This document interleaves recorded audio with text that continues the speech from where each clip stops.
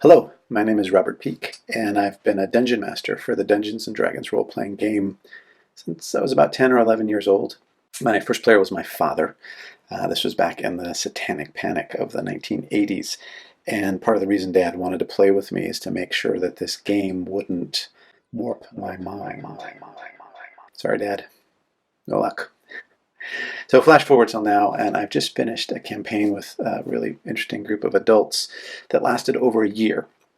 And reflecting on the campaign, one of the things I was really surprised to discover and realize that some of the most fun sessions we had, I literally had no time to prepare. None. I did nothing.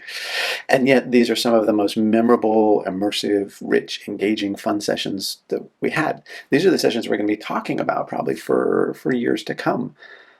So I've been chasing after that moment of magic, that thing where I, as a dungeon master, can be just as much in suspense about what's going to happen next as my players and really be okay with that.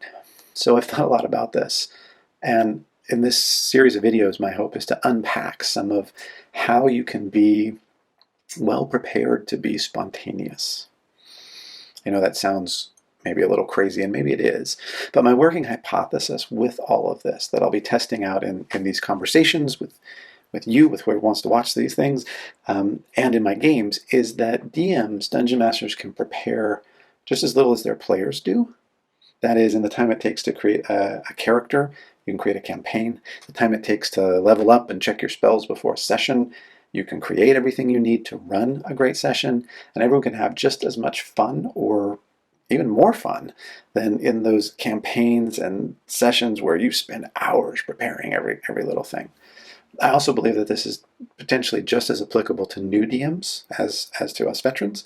So if any of that sounds interesting, intriguing, if you want to come along for the ride, feel free to subscribe to this channel. And I'm just looking forward to having an interesting, hopefully, conversation about what it means to become a more spontaneous dungeon master.